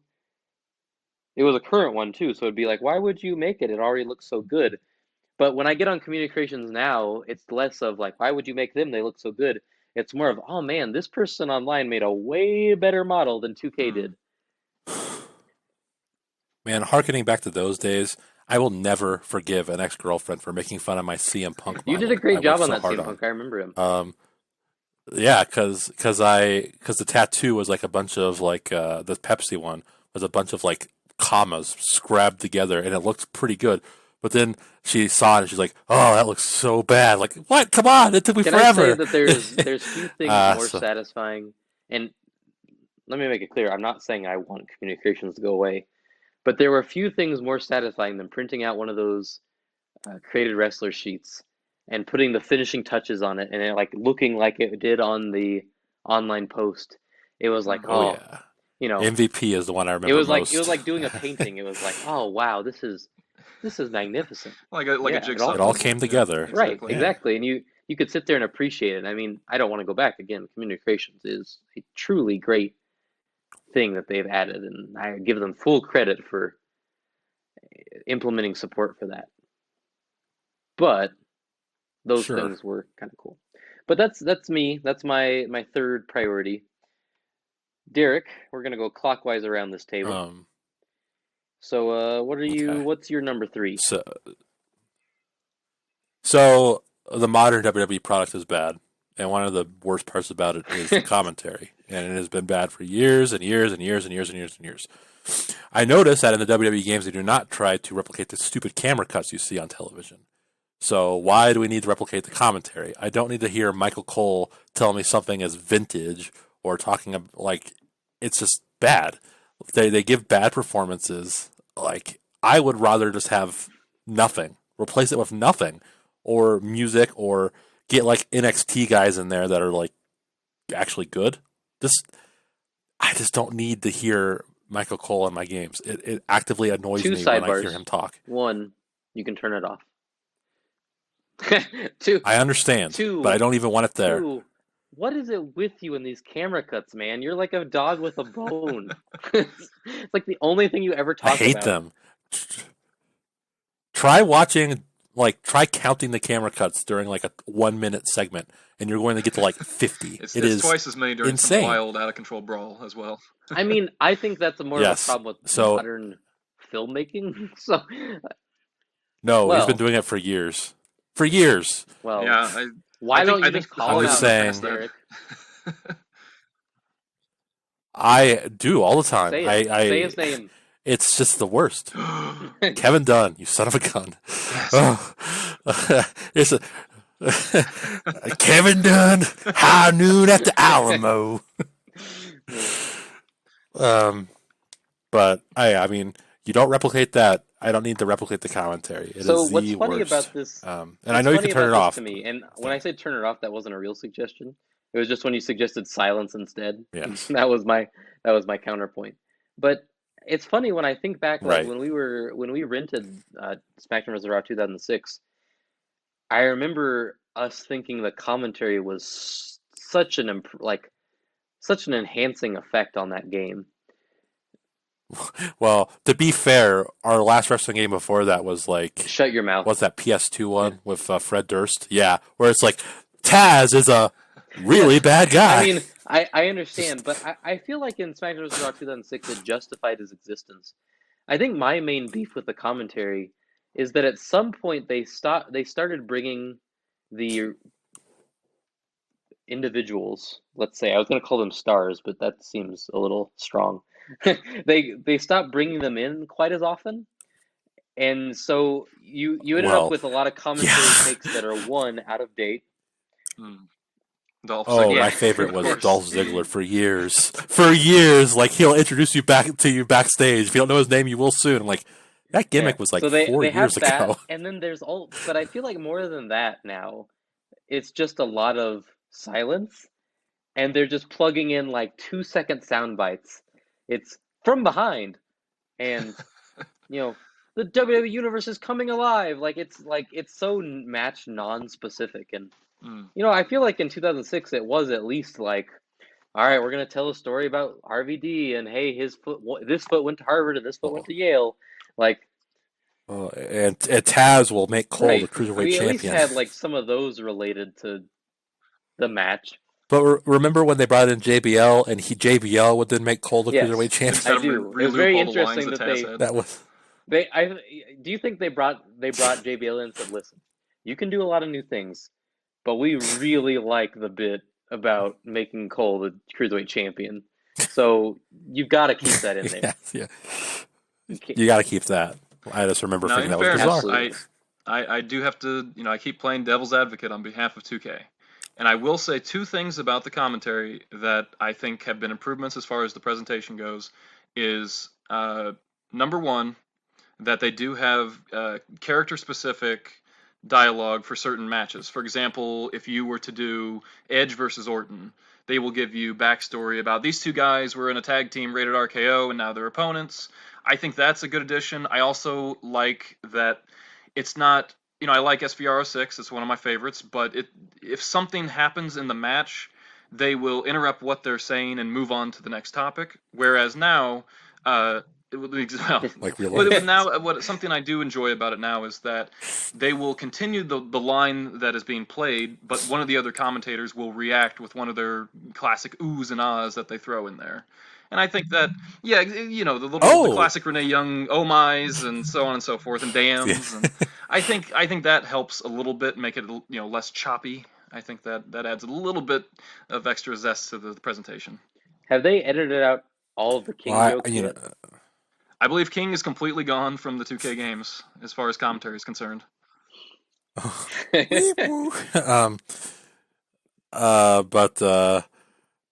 was I gonna say? Oh, my main point of contention was the stupid NXT story mode from 2K20, where Cole is like the most grating son of a bitch of all time, and he's just constantly like winking at the user, and it's just so unfunny and obnoxious that if the game wasn't a glitch fest, I would have dropped it for that. Very self-aware. I hate that. It's just not. No, I just don't think it's funny very much. Personally, that's just my preference. No. Yeah. I think it's lazy. I dated a redhead once. Looking at you, Joshua Whedon. yeah, very famous character, that redhead. I dated a redhead once. No hair. Just a redhead. Just red. Just red. One of my favorites, and again, it's a slight nitpick, but it's just a funny King moment, was when they included the clip on one of the DLC matches where King flubbed his line in the recording booth, and then they kept in the take of him looping the line. I found that pretty amusing as well. Have you made your list? I think. I'm pretty sure I have 3 that I want to touch on. Well, you're on the spot. What's your number 3? Start with your number Johnny 3. on the spot. Well, I think my number 3 would have to be Universe Mode. Now, this is a mode that's, well, it's been on these games now for probably about 10 years, I think. And in that time, really been 10? I think it's been 10 years. I think 2010 may have been the introduction of Universe Mode. Wow. Yeah, I know. Time really flies when you're not having fun. And I think it was a good idea. I think it added a whole new element to It's a great idea. It's a great idea as far as offering, a customizable TV presentation with all these different storylines. And I think for the first few years, they really made it feel fresh and added to it every subsequent year. Unfortunately, somewhere around maybe 2K16, 2K17, things have started to really stagnate with Universe Mode. There's a real lack of customization. The storylines are very, very repetitive. You're going to see, even in a month's time on a Universe Mode calendar, you're going to see the same cutscenes for the same feuds over and over and over again. There's really not a lot of variation or surprise to it anymore. That was acceptable in SmackDown too. Exactly. Not so acceptable there's really. Nowadays. I like seeing Stone Cold in his truck. Exactly. Something more personal cutscenes would be great for characters, whether Undertaker, some of the big names in rivalries with them, perhaps. It's very much just, it's all kind of samey at this point. And I would really like to see. I enjoy the mode. I use it probably more often than any of the other modes in the games these days, and I would very much like to see a total revamp at this point. I think it just needs a new coat of paint. You get the feeling that is the mode that they think is untouchable. Like, that is the mode to end all modes, is my impression that I get. And I think it's a great idea. I remember when it was first mentioned, I thought, oh my gosh, I'm never going to play Exhibition again. And then the first year it happened, you couldn't play Exhibition really because it just put it in Universe. Right, it was integrated. But I thought, like, wow, why would you ever play Exhibition? Because here is like an endless Exhibition generator that adds a little more context to it. You'll have pay-per-views, and you'll have title belts and you'll have storyline scenes and all these things. And I just don't feel like it ever actually totally did any of that in a way that was extremely satisfying. I think it's a good mode. Yeah. I think like the idea is excellent, but like you're saying, To me, it just feels like an it's exhibition. just like you're seeing the same thing Yeah. over It's and over, and that's very fine in the repetitive. long run. But if it's happening every month, right? Mhm. Like that's not fun or reasonable. No. I mean, I don't know. I think for me, like there was one year in particular where I really played Universe. I think it was 12. I played a lot of Universe by myself, and I invested time in like, you know, booking matches and building up feuds and whatever. But my feeling at the end of it was just like, I feel like I'm doing all the work and the game is not paying this off in any Mhm. particular way. It's not providing me with, fun cutscenes to cap off these rivalries. Right. I'm having to go in and manually edit these matches every month because the AI can't figure out how I'm booking things. Yes. Like, it's a lot of work if you want to make it fun, and I just don't know that the payoff is totally And there. something that frustrates me about that too is I know that there are a multitude of cutscenes that are accessible within the game. You can go in and do create a video and find all these different cutscenes that are in there, but you'll be really hard pressed to have any of those cutscenes trigger in universe mode. It's really such a limited amount that it gets very very old very quick. Yeah, it's one of those ideas, like we said a few times already. It is a great idea on paper. You see it and you go, wow. I remember reading about it. I was like, what? This is incredible. And then I didn't buy the game that year, but Derek did, and I remember him bringing it down. And remember the first year you couldn't even book title matches outside of pay-per-views? Oh yeah, that's right. I remember that. Like, I mean, Or they or, fixed or that, of course. people that were number one contenders, I think too, were the only ones that could challenge Right, for the belts for a right. while. They fixed a lot of those things, but still, that start was like such an omen for what was to come, which was just a lot of, ho-hum. Like, I won't say it's a bad mode.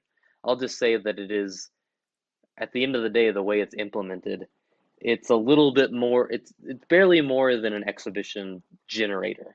It Mhm. is the computer generating random exhibition matches for you, basically. But it is cool that you can, and we'll probably touch on this a little bit later, but the amount of customization outside of the matches is cool. Like the fact that you can now make your own shows and totally edit the calendar. I mean, I think that's pretty slick. It's just Mhm. that the mode around it is not, to me, especially fulfilling. So for my Take a number little, take a little, take a little. two, I think my number two is going to be more contentious than my number three. Because the number two thing I think would make these games better is I think that they should stop releasing these games on a yearly basis. And so, a few stipulations for this. One, remember that I am not making these decisions financially. I understand that this would probably not be a financially lucrative move because I am fairly certain these games do quite well regardless of their quality. And if you stopped releasing one every year, then you'd stop having new purchases every year. So I understand business wise, I get why they do what they do. But here's my thing about the annual releases. I think there's really one main reason that you do an annual release, or two. There's two. One reason that annual releases have been done, thinking not just WWE, but sports games in general. One reason that I think is more important than any other is that it's just always been that way. They've always done annual releases. Why would they stop now? It's a tradition and people have just accepted it. The other reason that a lot of sports have done it over the past, and why WWE has done it over the past, is that, thinking specifically about sports, is that, a lot of changes happen on a year to year basis. So occasionally it is very justified that you would have a whole new release. There might be a huge change in a league, say, like the NHL a few years ago added a new team. So obviously, the next year is going to have that new team. And so there's a reason that it happens on a yearly basis. Changes are happening on a year-to-year basis. However, wrestling is not a yearly sport. Wrestling is changing all the time. Wrestling changes, I would say, faster than any other form of entertainment. Because you can have something happen on Raw that wasn't even planned, and all of a sudden, that is huge. And it just takes off in a way that nobody expected. And because of how fast wrestling is, doing these annual releases, what happens is that you're getting these games that when they come out, they immediately feel out of date. Like as soon as they're released. And I think in particular, I was thinking about a few good examples of this. 2K15, which is a pretty notorious game in this franchise because it was not well received. That was the same year that the Shield broke up. And that was a huge storyline. And that happened in, I think, Goose, you'll have to tell me. I think that was June or July that the Shield broke up. Sometime around there, yeah. Yeah, it was summer. It was a big, Mhm. and that was a huge storyline that dominated a lot of the card over the course of the month that followed. You know, they all went in their very different directions. And when WWE 2K15 came out that November, several months later, even though the Shield had broken up, every single one of those wrestlers, Seth, Dean, and Roman, all came out in Shield gear in the game. They were all still lumped together as the Shield. And their current attires, you know, Roman kept his Shield attire basically, but the other two didn't. Their attire was not there, what was current. So when you got that game, it was like, okay, I mean, you know, a lot of these superstars are up to date, but then some of the biggest performers in the sport are looking like they did 6 months ago. And that, My favorite in recent memory is when Jinder Mahal was given his giant push, and in the game that came out that year, because his push started right after WrestleMania, which is in March or something.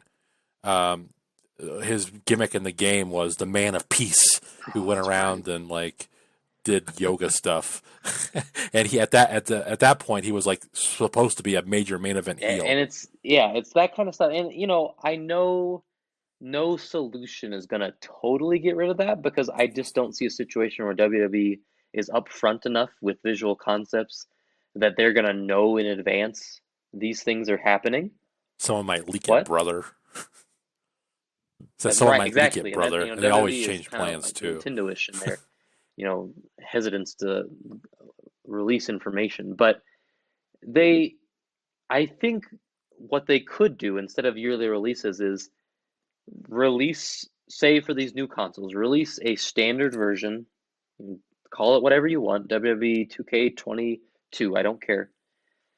You release that game, and then instead of doing a release the next year, even though you might not have enough content for it, even though your roster might end up looking terribly out of date because you have to finalize the game in July, instead doing something like a season pass model, almost like Smash Brothers has done, where it's like you pay this, you know, let's say $30, and that's going to entitle you to a year's worth of updates, and that would allow 2K to be a little more fluid with how they're getting these characters to you. So you're avoiding a circumstance like what happened in 2007 and 8 when Chris Jericho debuted in WWE again. He came back, and that was a huge thing, but he wasn't in those games until literally a whole year later after his debut. And that was excusable back then, kind of, but now there's tools we have that we can make it so that it's a little more responsive. And I just think the yearly model doesn't work for wrestling, is my long and short of it. I was gonna say they could do. I was gonna say they could do seasons like Right, like Fall battle Guys or a passes, right? Fortnite or something. Yeah. And totally. I mean, yeah. I think that would end up in a lot of ways more satisfying because then say something like The Fiend happens. I don't remember how long that took for him to get from being debuted to being in the game. Yes. He was a Oh, pre-order right. bonus. Okay. Well, that sucks. Yeah. But that's Yes, terrible. I hated But that. you know, regardless, like I think this creates a situation where say using the Shield situation, the Shield breaks up in June, and then they slowly get their new attires and all that. Well, then over the maybe instead of waiting 6 months for the new release and still not having the new attire, and then having to wait an entire another year, if they're doing a more season pass battle pass model, maybe it only takes 2 or 3 months, and then all of a sudden, hey, we're going to release the Shield Broken Up pack, and we've got Dean Ambrose in his street attire, and we've got Seth Rollins in his Triple H attire, and like all these things. Like, I just think that makes more sense with wrestling because wrestling moves so quick compared to football or baseball or basketball. Yeah, I think that's a really good point. I think same for, different arenas and things like that, and a lot of times that's just a matter of repainting them. I mean, they recycle Right. so many of their sets these days now that, I mean, it really wouldn't be that difficult to release. I think they did do Right. that one year. I want to say it was 2011 where you had the Nexus pack that came out, and I think they had updated attires for a few different characters, and it's something that they really never returned to. And it's absolutely something that I think they should look at, a more focused DLC rather than just pre-planned and pre-designed characters that they're Right. just withholding from the Right. initial release. And if you did this model, I mean, at that point you could certainly continue to sell that same game for a reasonable price. I mean, you think about these games after a year on the market, they're about $10. But if you did a model like this, you could sell the base game, maybe after a year you get down to like 30, and then you probably don't go much lower than that. But then you continually get the same players buying, these $30 season passes. I think you'd get more players to buy in. I don't know that it would be as profitable, but I think it's certainly something they could make money off of. And, someone like me, I don't really like buying the yearly releases because I don't really think a lot of times they justify it very well. And so this would be something that would get someone like me back into it, because then I'd be like, well, I mean, why wouldn't I do it? Why wouldn't I get in? It's going to be pretty easy to get in and get, caught up by a season pass and get all the content I need to stay up to date. Like, I think there's a lot of potential in that model to make, not just in some ways a more affordable proposition for your players, but also a more exciting game all around because it's just changing all the time instead of just dying in April. Well, I appreciate that Goose was saying his appreciation for Universe Mode earlier, but I do not like it at all. I do not. I want Wow. completely scrapped, and I want All GM right. Mode to come Yes. back. Here we go. The elephant in the room. Yes, the elephant has arrived. Dun, dun, dun, dun, dun. The thing with GM mode is that it's like a game mode. It's not like you're in control of everything. You're in active competition against the owner of the other brand. So you're incentivized to create interesting programs, fresh rivalries, fun matches, all that fun stuff. You're given you're rewarded for like logical booking, I suppose, like because you're supposed to, Well, in theory. Well, I said in theory, you're supposed to like get people really over. yes. You know what I mean? Like you're supposed to get people, yeah, and then get them title programs and stuff, and then like improve their draft stock or whatever. And I also enjoyed that like that mode starts with like a draft where you both like you and a computer switch like take turns drafting people.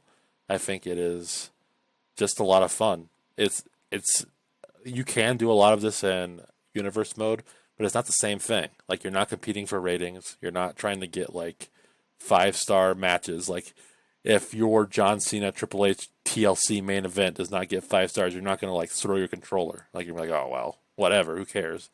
But I don't know. It just felt like I could spend hours in that, and I also enjoyed that it was like multiplayer.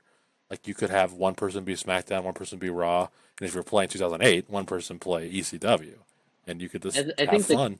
I think the key here And I miss is what that. you said, is that you could do this stuff in universe. However, to do it to the same extent would be so much work on your part. Like, think about, like you Requires way mentioned, the too much. drafting. A big part of the drafting was not just picking people, it was also you had to tender contracts to them, Mhm.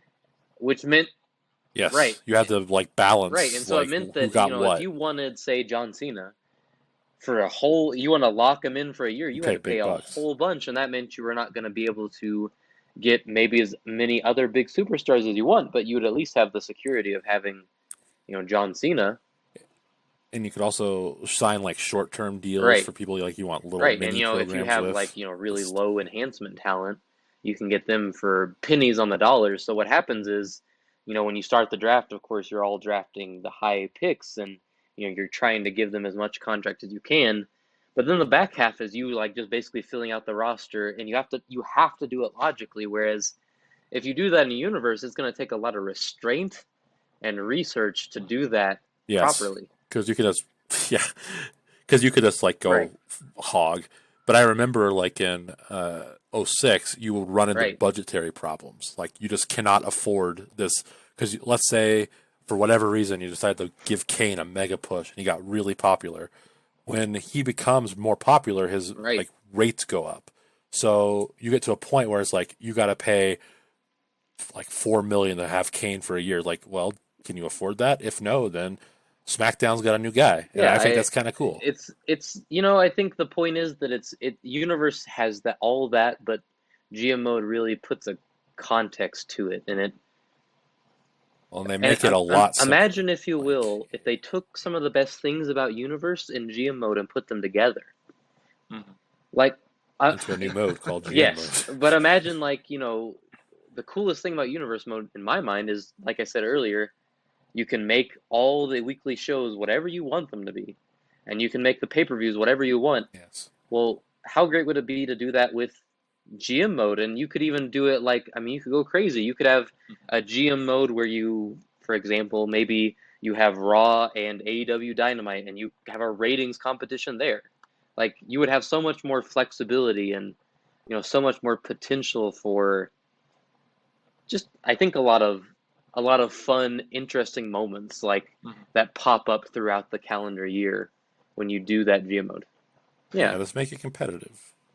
And I like that you had like the Yes. yearly draft where you like get 3 people from the other brand, and you can like have like a salary cap a or not a franchise salary. tag. What am I Yeah. thinking of? Franchise tag someone. Yeah, like that stuff Yeah. is just cool. It's And it's we're also, I I mean, we're miss it well every into the day. age of online multiplayer. I mean, it certainly couldn't hurt to have more multiplayer modes than just exhibition. I mean, imagine playing online GM mode with a buddy who, is living across the country somewhere. I Yeah, mean, that would be amazing. And exactly. Yeah. they do that for sports. Like, Madden has online franchise, so like it's not like it can't be done. It would be difficult, but I mean, honestly, it could even be something you manage with an app. Like, you could you have to own the game, but then you could use an app to manage your card, and then you and your friends could have this asymmetric multiplayer experience where you're trying to book the best show. Now, I do think they'd have to do a lot of work to adjust how matches are rated. Yeah. Well, I agree because there are All some right, I meant flaws in the system. Namely, you shouldn't be running right, gimmick matches all over your card. Like you should not have right. like I four would try and book TLC a legit matches. card, and then I'd look at SmackDown, and they every night would be Triple H versus Hollywood Hogan in a last man standing match, and be like, well, I can't compete with Yes, there that. there are they do try to address this in Hmm. the later ones with like fatigue. And I also Yes, think '06 has got Yeah, some fatigue stuff too. and But what's funny is that I Universe is mean, supposed to like be a accurate representation of the current product, but when you think about the also it but when you think sucks. about the Got it. mechanisms in place on GM mode, for you to keep a rivalry going, you have to have the same people fighting each other in some form or another every week. That's kind of almost results in a more WWE like product if you play it straight than Universe mode. Well, and on top of that, you don't have to have Well, actual right, matches. You but can have like, like promo segments the to idea extend is like, rivalries, what I and remember, you had to be creative about your booking. You're like, well, I want to continue this rivalry with Spike Dudley and Umaga, so I need to make sure that they are in I did a singles match last week. Let's do a tag team match. You had to play Teddy Long, and like, put your two rivalries together. Like, yeah. Spike Dudley and Umaga, I'm gonna put that with my other rivalry, which is Brett and Stu Hart. I'm gonna have them in a tag match with each other, which is, I mean, well, Were the GMs in 06 Shane and Coachman? Did they have representations? They may. I think it was maybe They did because Bischoff and Teddy Long. Well, because if you win, I'm pretty sure Coachman was one. Because if you win, you hear like their ringtones, You like might their be music right. theme or whatever, and Vince is like, if you don't win this time, you're gonna I get never, fired. I never won I did. because I played it too I did all the straight. time. I played it too like how I thought it should be booked, and that did not always end well. Well, did you get saddled with ECW? So 'Cause there, there's no way you're winning in that case. uh, when he played at Springfield with my two roommates, I I won. I was winning as ECW whenever we played, so it's possible. it's possible, but it's. I mean, I quit GM mode in 2008. That was the last year it happened because it was so broken in that game because you had a small roster. So you ended up with like really crummy shows. Small roster split in three. Yeah, that year had a lot of problems and the GM mode suffered. So while it certainly could be improved upon, I would like to see at least Yeah, them try to it improve never upon really it made. by bringing it back. I don't think Universe mode came back right away or replaced it immediately. I think it was a few years. So No, immediately because I think Universe Mode came in, well, but 08 was the 2K11. last GM mode. I think. Right, I know. I'm just saying GM. There was Right, but just I'm no saying GM like mode, there was no, like they no didn't like equivalent. replace it with something immediately. It took Universe was a few Oh yeah, years, so it's like, why did they? What compelled them to just suddenly drop it? Because I can't imagine we were the only people who well, loved it. if you remember the original Universe Mode, there were like Yeah, barely any cutscenes. So my theory is that they just wanted to like, oh, we don't really want to add anything, but let's just say we did, and it's just basically exhibition mode still. yeah, Yeah, let's go with that. That's pretty much what the original no, Universe Mode was. It's been yeah. improved, It's been but improved marginally over the years, but GM mode I think would be a huge step up. That I'll never forgive that would be Universe the Mode. The only thing one I think time that would get me to actually I, buy these games again, short of some of my other things. yeah.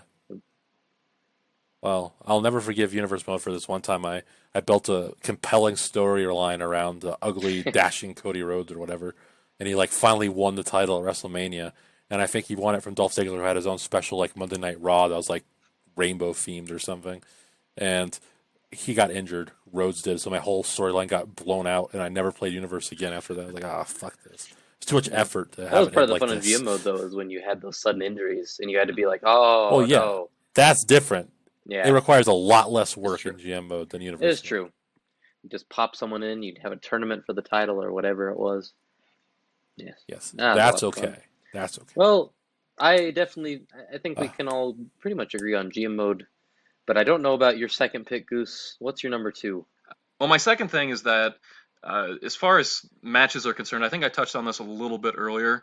That the overalls, as far as matches are concerned, the superstar overalls and ratings really are kind of irrelevant at this point. And this is especially frustrating for someone who uses Universe Mode a lot and will do simulations of the upcoming pay-per-views and things of that nature. That the overalls of these characters really just seem superfluous at this point. I've had many cases where you've seen, 78 overalls going up against 90s and having these extremely competitive matches on the weekly shows when, in actuality, these should be total squashes for some of these bigger guys with the higher ratings and higher stats.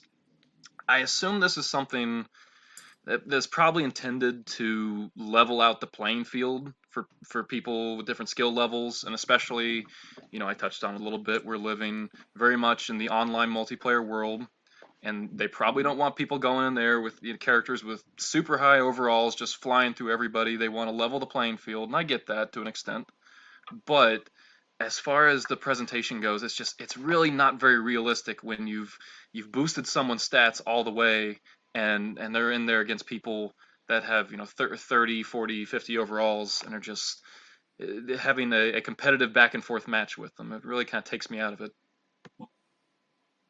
Well, that's a good point because, like, I'm thinking about and I keep calling it this. I don't remember the actual term, like the NXT mode from 2K20, where like you're thrown in there and you're beating people with like 80 overalls with like a 40, and I feel like that should be, I don't know, Right. it should feel like more of an accomplishment when when you do so instead of like Exactly. you just hit your finisher It should twice be and you a win. challenge, So I mean, there should be some sort of struggle, and that was yes, something that we have given glowing praise to many of the old SVR titles. That was something like in the case of a Triple H versus a Christian or someone maybe of a lower weight level, you know.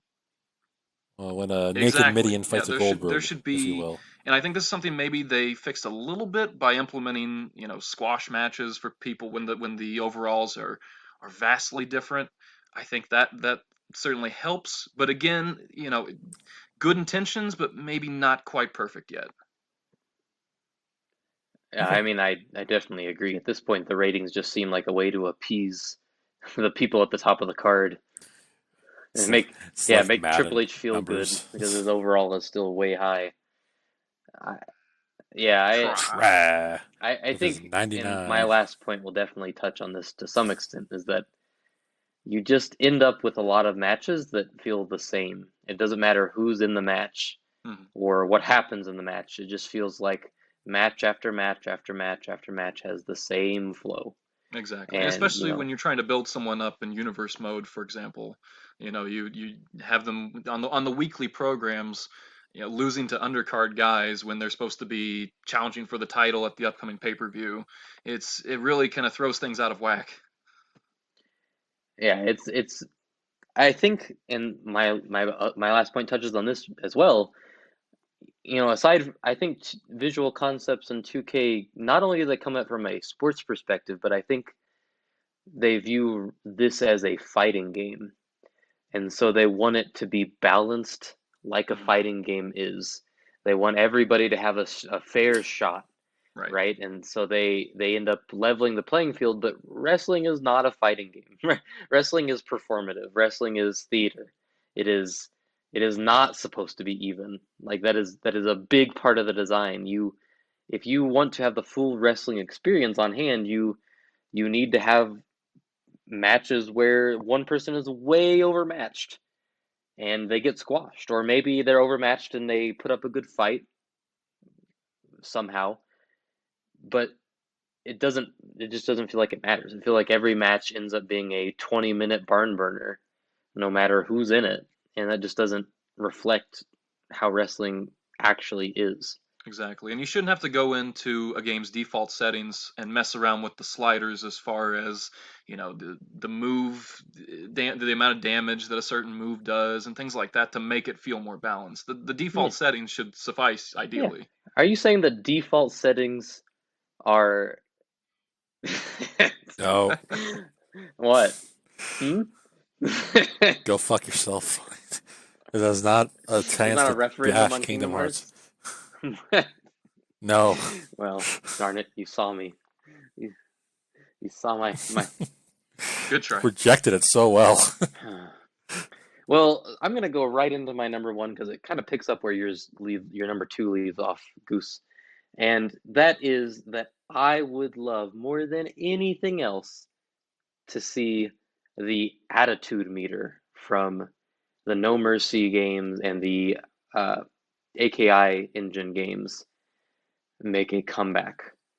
And so, for those who maybe didn't play these games or just don't remember, the attitude meter, or what was it called in Revenge? It wasn't attitude. Spirit, I think, wasn't The it? revenge meter. Spirit, Was it yes, Spirit? not Yeah. I yeah, think it spirit, was. Yeah. yeah, spirit, attitude, whatever you want to call it, whatever it was called in virtual pro wrestling is probably what it actually is supposed to be called. Genki, if I had to guess, but sex bar. Sex Yeah. bar. Uh, so it was a color coded system that indicated your relative, let's say, relative momentum at any given time in a match.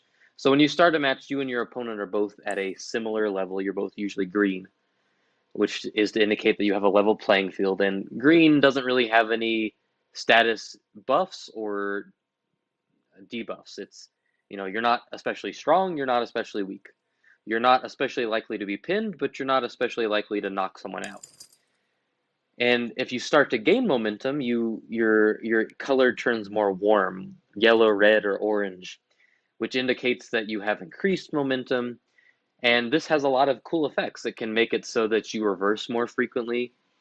It can make it, I believe it increases the power of your moves. It just generally makes your performer better.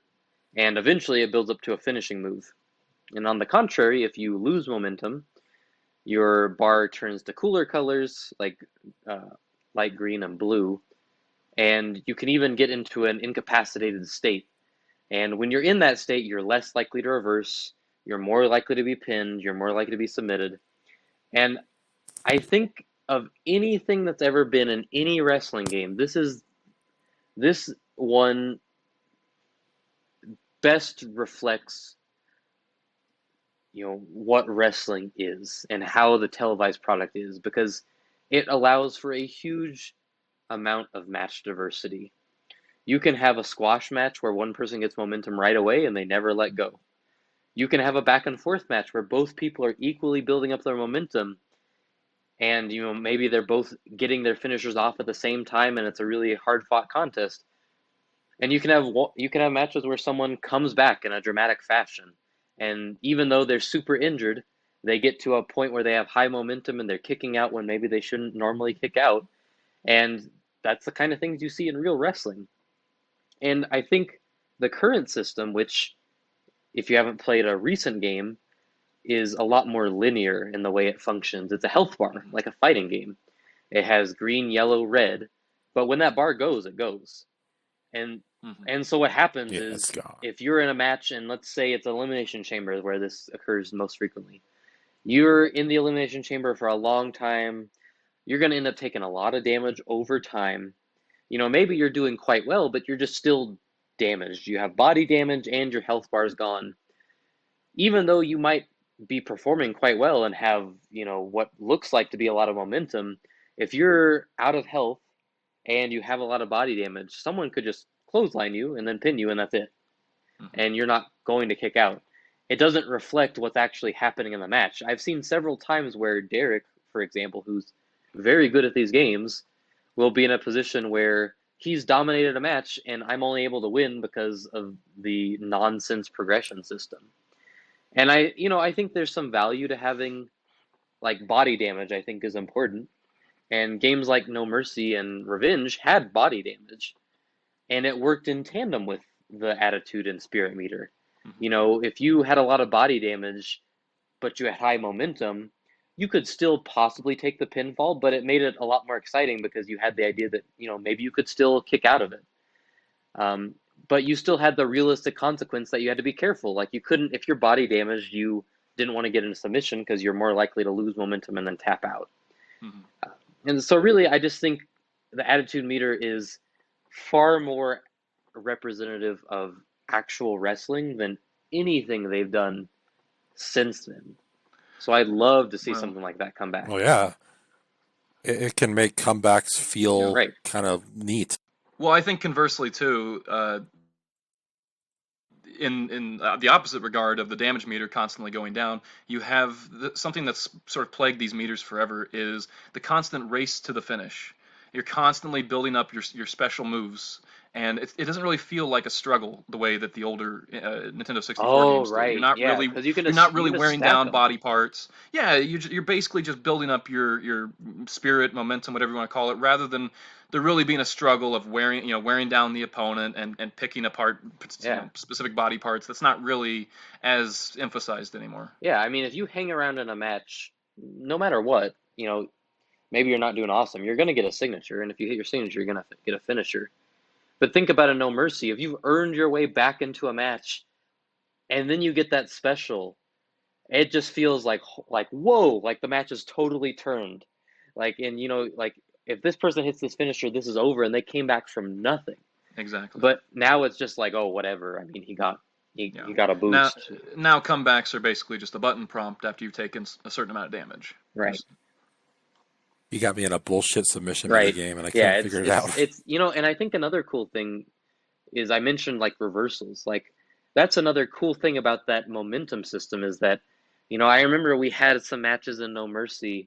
I think it was during one of our summer tournaments, our King of the Wing tournaments, which was a 64-man wrestling tournament. And I think it was Daniel Bryan and someone during that year. This is way too inside baseball for this podcast, but it was a year where Daniel Bryan controversially made it to the finals. And I remember one time he got high momentum and he was in a position where he was compromised, but then because he was high momentum, when the person went to like put him in a submission or pick him up, it triggered a reversal all of a sudden. He kicked him in the face. And it was like real wrestling. It was like, whoa, this is so exciting. And there's nothing like that in the new WWE games. There's nothing that can happen spontaneously that's going to have me like actually marking out. It's just it's a game. Right. It's like, programmed. Like, I did a reversal. Right. Well, I Yeah. guess he had a reversal meter because Right. reversals are so Like, easy to hit. It was so exciting in the 64 games. And, SVR06 had some systems too that were, much better about this. But I don't think anything has ever approached what AKI did. And it just boggles my mind that they've never dabbled with it since. Yeah, it's fascinating too when you have a game that is now reaching, came out holiday season 20 years ago, Right. and we're still using that as the gold standard Right. of how these games should Now play. listen here, Ukes. You've got fresh blood here with this AEW game. There's no reason for you not to put in an attitude meter. You don't have WWE breathing down your throats. You can do it. I think Sin Sophia will be okay with it. Just do it for me. Well, they already showed their awful character designs. Yeah, they're kind of. They're a little bloated. I like them better than 2K Battlegrounds, and worse than Legends of WrestleMania. All right. Oh, by the way, I was thinking earlier, is Legends of WrestleMania secretly one of the most important games in the SmackDown series? Because a lot of the things that are current are traced back to that. You mean the game everyone hated because it wasn't good? That they took from liberally? Yeah. It was fun. I mean, like, the kickout meter comes in that game. Yeah. And the Rumble... The Rumble I don't know, I just liked it that you could... After that game. I like that you could vastly expand your roster great. if you had... that was some real great DLC. But, we're not here to talk about AEW or Fire Pro. We'll focus. We'll stay focused. So, Derek, tell me how we can improve these bloated mess of a video game. Well, it's interesting you say that. I think the best way to improve these games is to scrap everything. These games have been bad for years. I think starting on 2K15, there's not been one I would call good. I think it is just such a tainted mess now that the best solution is just to start over, make an entirely new engine, just go from there, because what they have is just not working. I'm not a technology. I mean, I don't know enough about the technology that runs these games to say this definitively, but I do know enough about technology in general to spitball and make wild speculation. So I'll do so. Mm-hmm.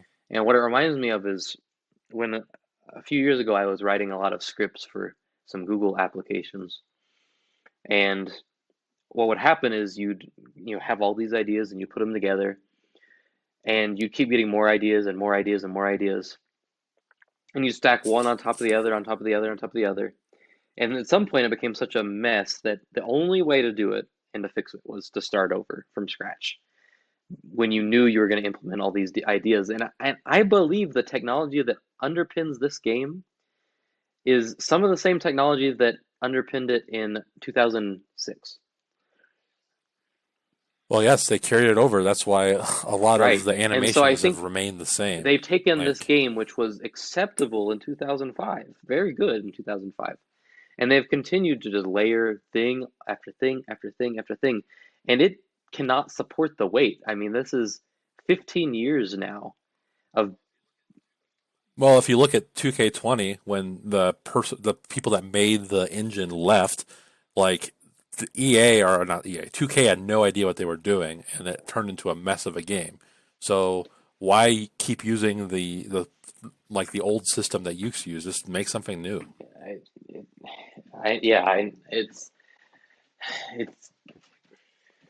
It's like Frankenstein together for years and years and years. You just have to imagine that, part of the problem with 2K20 or at least again speculation, is that Ukes had been working with this system for 15 years, and they knew, or longer maybe, they knew how their system worked. They knew Yes, how they could all the work with it. quirks. Yes. But now you have this new developer coming in, and they have no idea what Ukes has been doing for all these years, because it seems like it ended on bad Right. terms. So now you're looking through someone else's work. You're right. You should just scrap it. Yeah. Well, in Start over. 2K20 is kind of that proverbial tower that collapses under its own weight. And at that point, again, what do? You have to start building the tower again. And I think we're at that point. Because but I mean, it is so messed up. Like, you have people that had perfectly fine models and entrances in 2K19 and 2K20, like Bianca Belair, Oh, just the looked hair. terrible. Hair The hair physics is so are just stiff. broken, especially Yeah. when you customize characters. The hair Right. just goes nuts. And if you look at the NXT story mode, the graphics are unacceptably bad. Like, they are almost PS2 level. One It has is to pathetic. hope that this year off, that is what they have done. Nope. I know it's optimistic, but I think about a Very series like optimistic. Assassin's Creed, which was year after year after year of layering thing after thing on the same old archaic system. And then they took a year off and they came back with something totally new. And, creatively, it's not exactly what I personally want. But I mean, it's clear that what they did really connected with a lot of people. And, I think the same thing could happen for these games. I think a lot of people, like when you listen to like wrestling fans, like, Derek and I, we used to listen to Giant Bomb frequently, and for a time, they had a lot of people who were big wrestling fans. But when these games came up, it was immediate like, oh, these games are garbage, these games are trash. These are like some of the worst games ever made. But those people would happily flock back to these games if they actually went back and tried something. And, I think Yes. who knows how many people you could bring back. I would, like I said earlier, GM mode would bring me back. This would bring me back. If they totally scrapped it and started over, I would absolutely give them a chance. Well, yeah. I mean, Yeah. you gotta do something. It's a little, I Yeah. don't know, it's a little pathetic. It is. And, I know WWE 2K Battlegrounds didn't really light the world on fire, but I do like at least that they're doing another side series again, because I think those side series can teach them a lot of lessons. I'm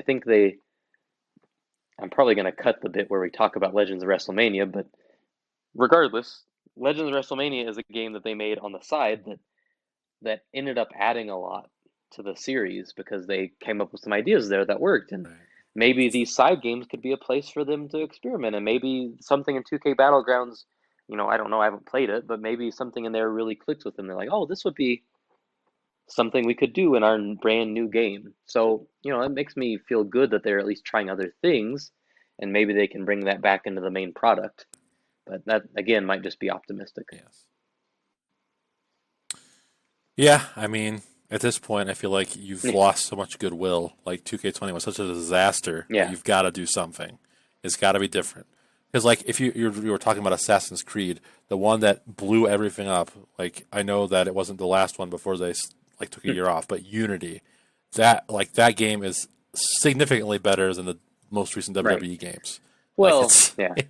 Like, it may be broken, but at least you can have some fun with it. Whereas I think playing 2K19 and 20 is just an exercise in misery. Yeah, it's fun with friends at this point. And those games everything's fun with friends, Which is, but these games yeah, used to be that's an fun irrelevant and fun compliment. with friends. Like I played these by myself. Yes, exactly. Like they were actually fun. Yeah, for sure. I spent hours and hours on 2K, SVR 2006, SVR06, just 08. goofing around. I like to make my stupid room with my like Mickey James stand up or whatever. That's something that can really be said for this is 06 fun. as well. Is that it's still fun just to play like against the a CPU and then adjust the difficulty level and things like that. There's none of that anymore with these games. Yeah, There's I no would fun playing a never. CPU. I would never play these games if I wasn't playing these tournaments year after year. And I used not the to be. AI I is played not 2K14. 2K14, I loved. I played hours of 2K14. Mm-hmm. I would spend Yeah, that's a hours good just one. creating in that game because I thought the creation suite was so magnificent. But now, at most, I would Redbox these games when you could Redbox video games, and I would do the bare minimum because I just wanted to spend as little time in that system as I could. And that is a shame because these used to be quite enjoyable.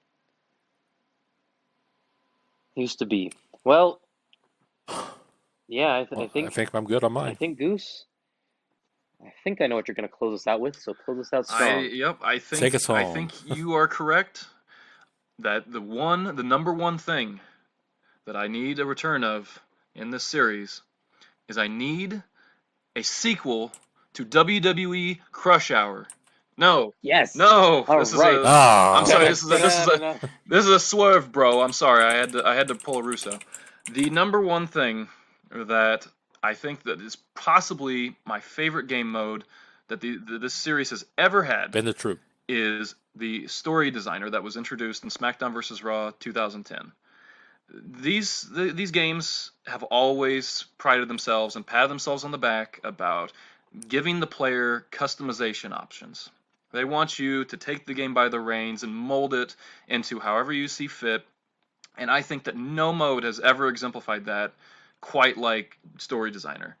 And this is something that was, I think it was removed when somewhere in between the transition from 2K14 to 2K15. It was when they went to the new consoles. They Yes, did exactly. It didn't come over on the current gen consoles, and I think it's something that, again, there was so much customization. Now, granted, it's something that they neglected after the first couple years. They didn't really add a lot to it. But again, we talked about with GM mode, the perennial favorite that everybody loves to talk about and bringing back, and again, just wipe the slate clean. Bring in a whole new story designer, all new cutscenes, just completely just toss the old one and redo it. And I really think that's something that people really like the freedom of, and I think it'd be something that'd be fun to bring back. In my mind, when they added that feature, it was the most no nonsense, most like, oh, of course. It was like this is what these games have been building towards. Yeah. Is a story. I mean, that is what you want from a wrestling game. You had GM mode where you could book matches. Now you can book matches and you can write the stories that go along with them. I mean, to me, that is the defining thing that these video games needed to have. So when they ditched it, it was such a jarring moment for me. It was, It was peak yes. 2K laziness because because they didn't want to mess with the new PS4 graphics and make And stuff let's make from it clear, scratch. they did not do that much work with Story Creator before. I mean, it wasn't like the most well-developed mode they've ever made. It was a little neglected. It was a very good idea, and we personally had a lot of fun with it. But it wasn't necessarily outstanding the way it was executed. It was something that really could have used some tweaking, but they just ditched it. And I've heard different rumors about it being due to moderation issues. They're afraid of the kind of content that people published in their story creation.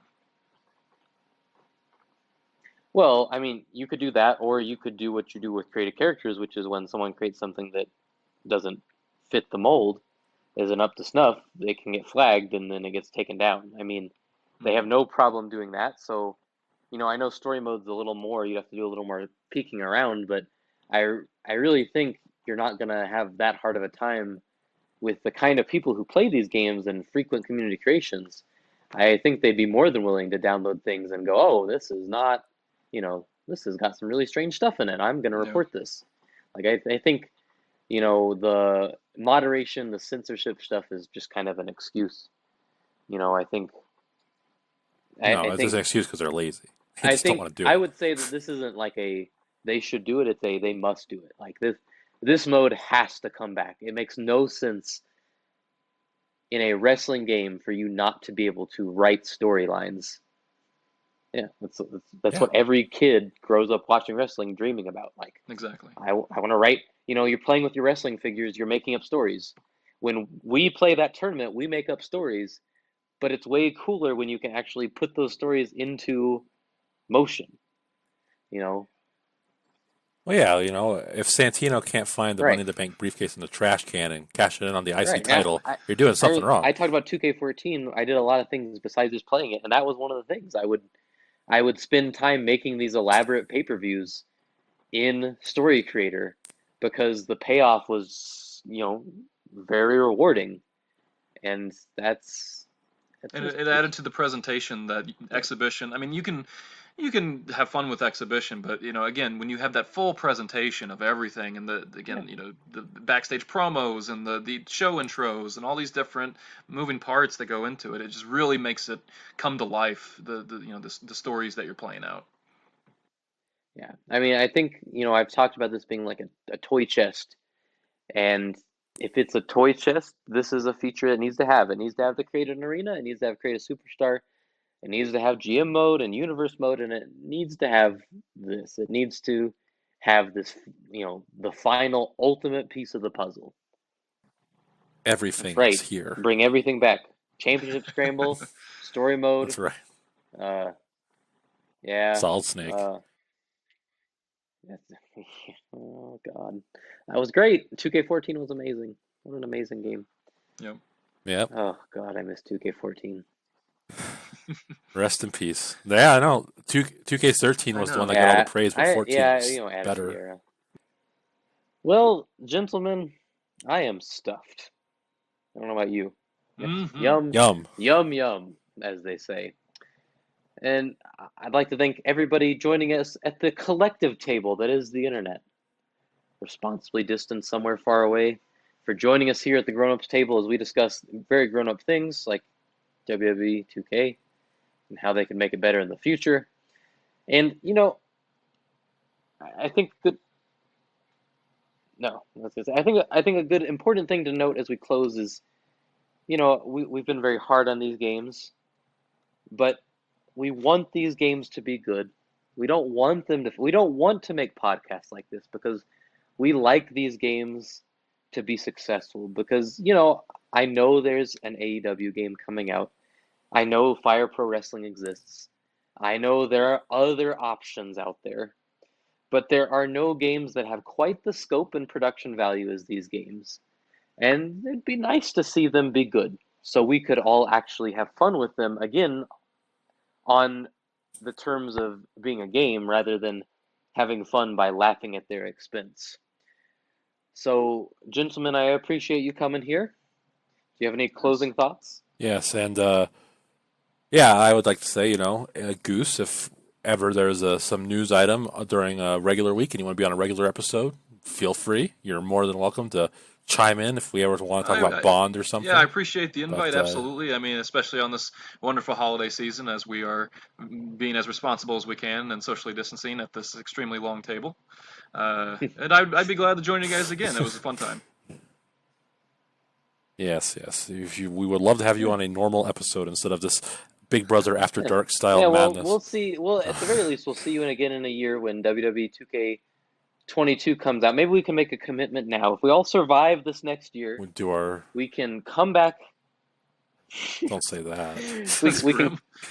I'm sorry. The better question is if the 2K wrestling series can survive this year. There we go. If the WWE 2K series survives this next year, we can make an appointment to come back this time next year, the day before Thanksgiving, and we can record a post-mortem and see where we're at. We can see if they met this criteria, and if not, we can really give them the business about it. I would like that. Hey, I'll be there. And if you're listening at home, sounds good. Send this to every single person you know who works at 2K. Yes, please do. But anyways, that's going to be all for me. It's been great having you here at the table. You're always welcome to pull up a chair. So I appreciate that. Well, I wasn't talking to you. You can. Oh, okay. Just cut that then. You can stand at my table. You bozo. You jabroni. Being more appropriate. I'll be under the table picking up scraps. Yeah, as a goose does. Bingo. So, on behalf of all of us here at All of the Day After Dark, I hope you all have a wonderful holiday season. And we'll see you next year for WWE 2K22. Diggity, diggity dog.